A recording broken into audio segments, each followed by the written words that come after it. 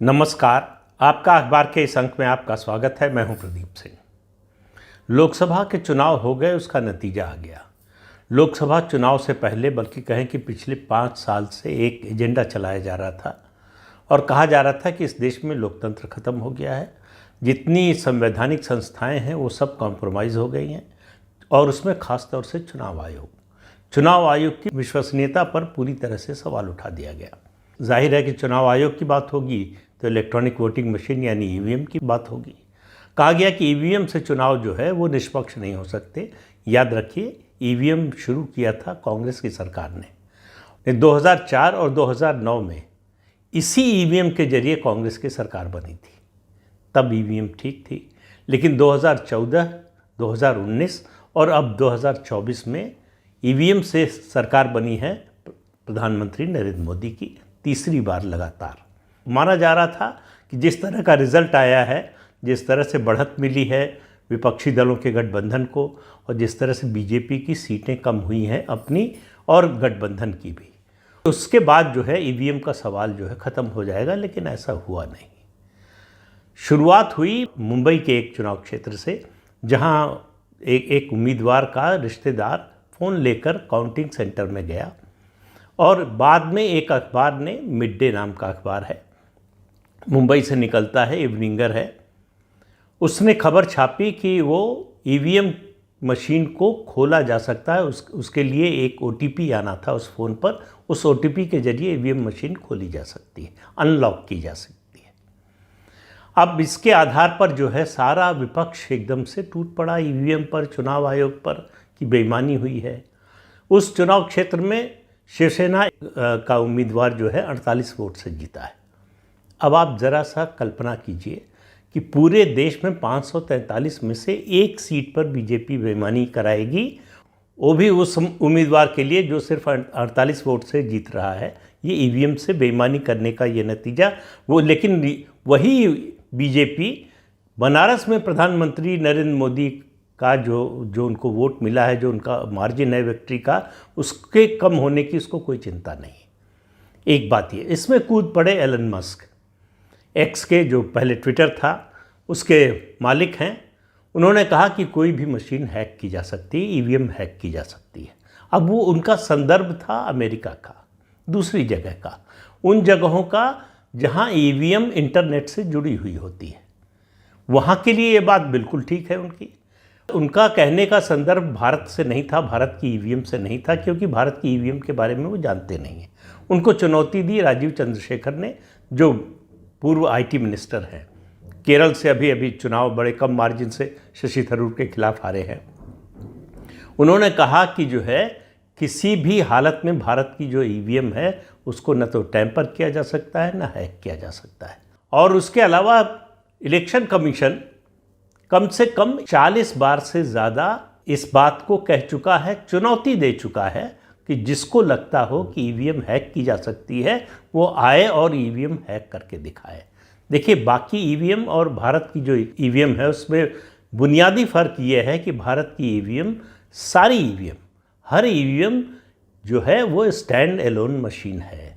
उसका किसी और मशीन से कोई कनेक्शन नहीं, इंटरनेट से नहीं है, वाईफाई से नहीं है, ब्लूटूथ से नहीं है, कहीं से उसका कोई कनेक्शन नहीं है। ये उसी तरह की बात है कि आपके हाथ में वो बैटरी वाला जो कैलकुलेटर होता है, उसको कोई कहे कि हम इसको हैक करके जो आप कैलकुलेशन कर रहे हैं उसका नंबर बदल सकते हैं। वो असंभव बात है। हैक करने के लिए ज़रूरी है कि वो किसी न किसी इंटरनेट से या वाईफाई से या ब्लूटूथ से या ऐसे किसी भी जो है इलेक्ट्रॉनिक उससे जो है जुड़ा हुआ हो, जो कि भारत की ईवीएम नहीं है। ये बात एक बार नहीं, कई बार इलेक्शन कमीशन कह चुका है। और अभी हाल ही में चुनाव के दौरान भी चुनौती दी गई थी सुप्रीम कोर्ट में ईवीएम को और पेपर ट्रेल को लेकर। इलेक्शन कमीशन ने जो कुछ कहा उससे सुप्रीम कोर्ट संतुष्ट हो गया। बात हुई कि इस मामले को यहीं ख़त्म कर दिया जाना चाहिए। चुनाव नतीजे आए तो प्रधानमंत्री नरेंद्र मोदी ने व्यंग के उसमें पूछा कि ईवीएम अभी जिंदा है कि मर गई। उनका मतलब था कि अब बीजेपी की सीटें कम हो गई, बीजेपी को अपने दम पर बहुमत नहीं मिला, विपक्ष की सीटें बढ़ गई हैं। एनडीए की भी सीटें घट गई हैं, पिछली बार 353 आई थी, इस बार 293 आई हैं। और उसके अलावा जो बीजेपी का 400 पार और 370 पार का नारा था वो भी नहीं चला। तो इसका मतलब है कि विपक्ष को संतुष्ट हो जाना चाहिए कि ईवीएम में कोई गड़बड़ी नहीं की जा सकती। लेकिन विपक्ष जो है इस समय का इतनी बड़ी सफलता के बावजूद कि उसने भारतीय जनता पार्टी को स्पष्ट बहुमत पाने से रोक दिया, लगातार तीसरी बार बहुमत पाने से, फिर भी वो संतुष्ट नहीं है, बल्कि मैं कह रहा हूँ हताश और निराश है। आमतौर पर यह होता है कि कोई नई सरकार चुनकर आती है, नया जनादेश लेकर आती है, तो उसका 6 महीने से 1 साल तक का हनीमून पीरियड होता है, जब विपक्ष उस पर ज़्यादा हमले नहीं करता, ज़्यादा सवाल नहीं उठाता। लेकिन ये विपक्ष ऐसा है कि उसने 24 घंटे भी इंतज़ार नहीं किया। मामला केवल ईवीएम का नहीं है, उसका जवाब तो चुनाव आयोग ने दे दिया।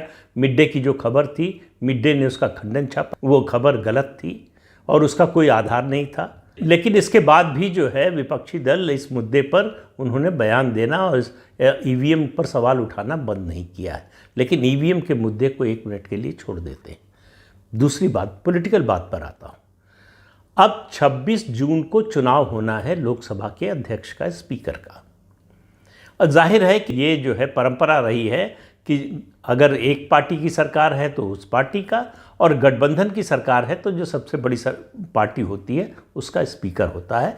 एक ही इसका अपवाद है, जब 1998 में चंद्रबाबू नायडू ने कहा अटल बिहारी वाजपेयी की सरकार के समय कि हम सरकार में शामिल नहीं होंगे लेकिन स्पीकर हमारा होगा। उस समय जीएमसी बालयोगी को, जो टीडीपी के नेता थे, उनको स्पीकर बनाया गया था। उसके अलावा और कोई उदाहरण नहीं है। लेकिन उस समय बीजेपी की सीटें सिर्फ 183 थीं और गठबंधन में बहुत सारे दल थे, लगभग 17 से 20 की संख्या थी।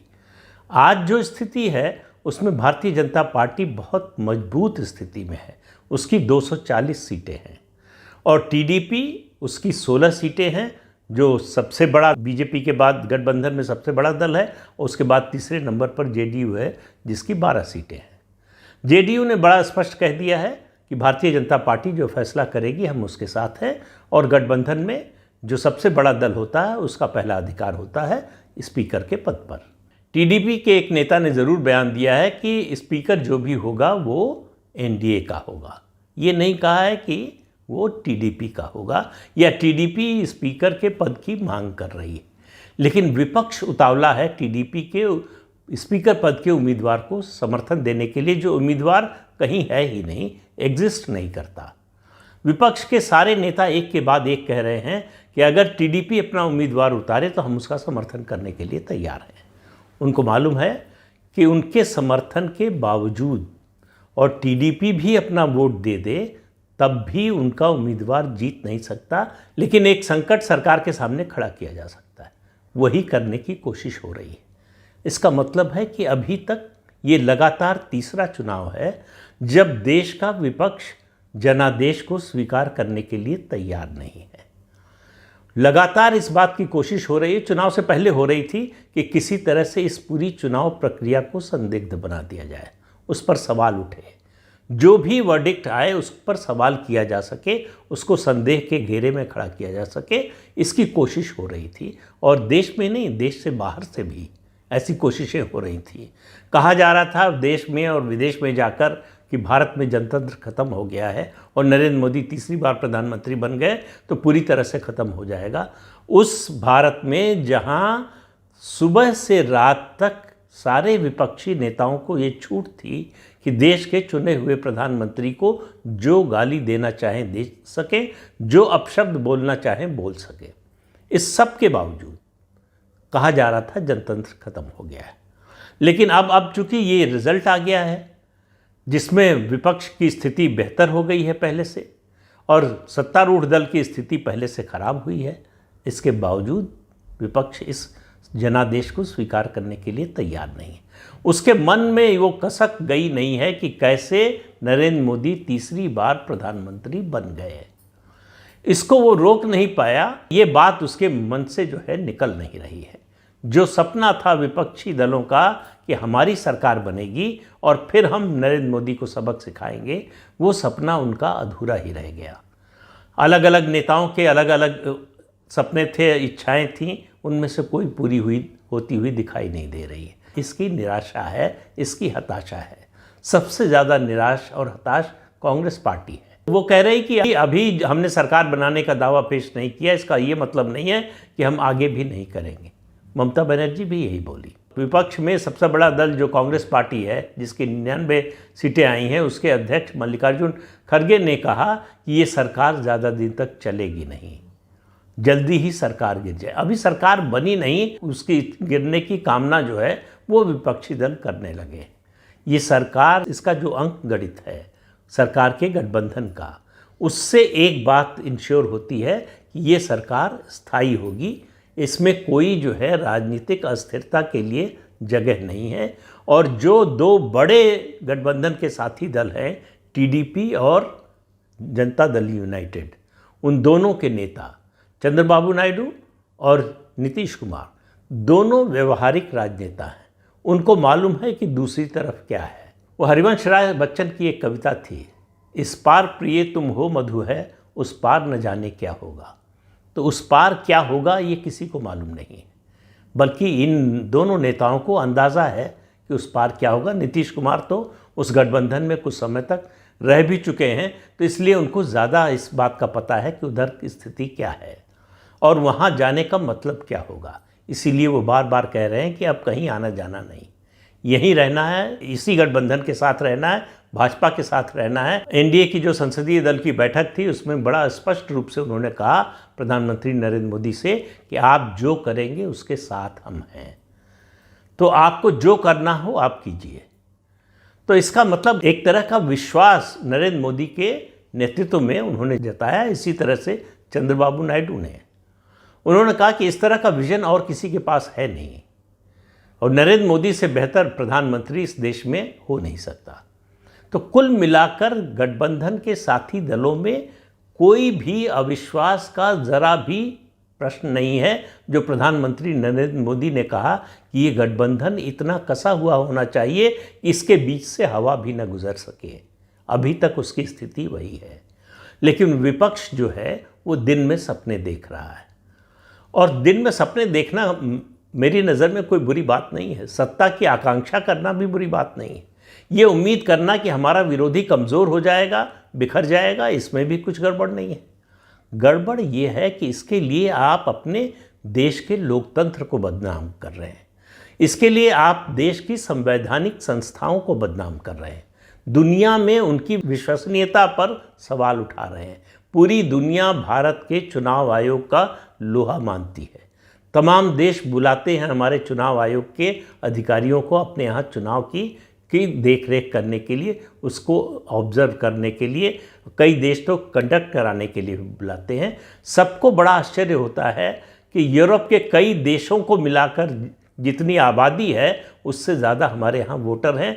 चुपचाप और शांतिपूर्ण तरीके से, एक आध अपवादों को पश्चिम बंगाल जैसे छोड़ दें, तो शांतिपूर्वक मतदान होते हैं, सरकार बदल जाती है, कोई हिंसा नहीं होती। जो सेल्फ एंटाइटलमेंट की मानसिकता का जो दिमाग बना हुआ है कि इस सत्ता पर हमारा अधिकार है, और ये जब बात कह रहा हूँ तो मैं परिवारवादी पार्टियों की और ख़ास तौर से कांग्रेस पार्टी की बात कर रहा हूँ। वो इस बात को स्वीकार ही नहीं कर पा रहे हैं कि कोई और इस देश पर राज कर सकता है।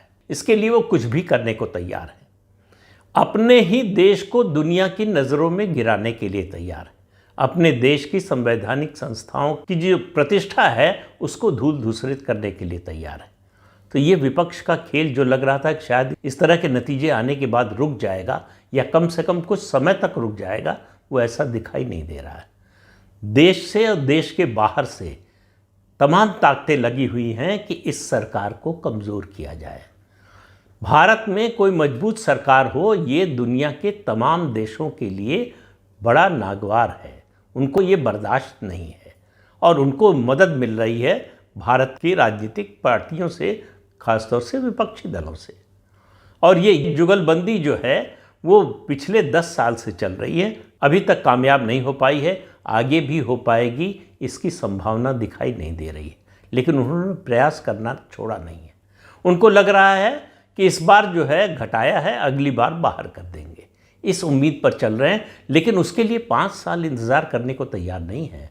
उनको लग रहा है कि ये काम जल्दी से जल्दी होना चाहिए, ये काम 5 साल से पहले होना चाहिए। कुछ लोगों को लगता है कि 6 महीने में हो जाए, कुछ को लगता है साल भर में हो जाए, कुछ को लगता है 1.5 साल में हो जाए। इससे ज़्यादा का समय इस सरकार को विपक्षी दल देने को तैयार नहीं है, जो दिन रात कसम खाते हैं कि वही जनतंत्र को बचा रहे हैं, वही जनतंत्र को बचाने में लगे हैं। वो एक चुनी हुई सरकार को अस्थिर करने के लिए सारे धतकर्म कर रहे हैं। तो इस तरह का जो माहौल बनाने की कोशिश हो रही है, इससे विपक्ष अपनी विश्वसनीयता जनता मतदाता के बीच में और ज़्यादा गिरा रहा है, और इसका परिणाम आपको आने वाले विधानसभा चुनाव में देखने को मिल सकता है। तो इस अंक में इतना ही। अगले अंक में फिर मिलेंगे किसी नए मुद्दे के साथ। तब तक के लिए अनुमति दीजिए। आपसे अनुरोध है कि ये चैनल देखिए, शेयर कीजिए, लाइक कीजिए और सब्सक्राइब जरूर कीजिए। नमस्कार।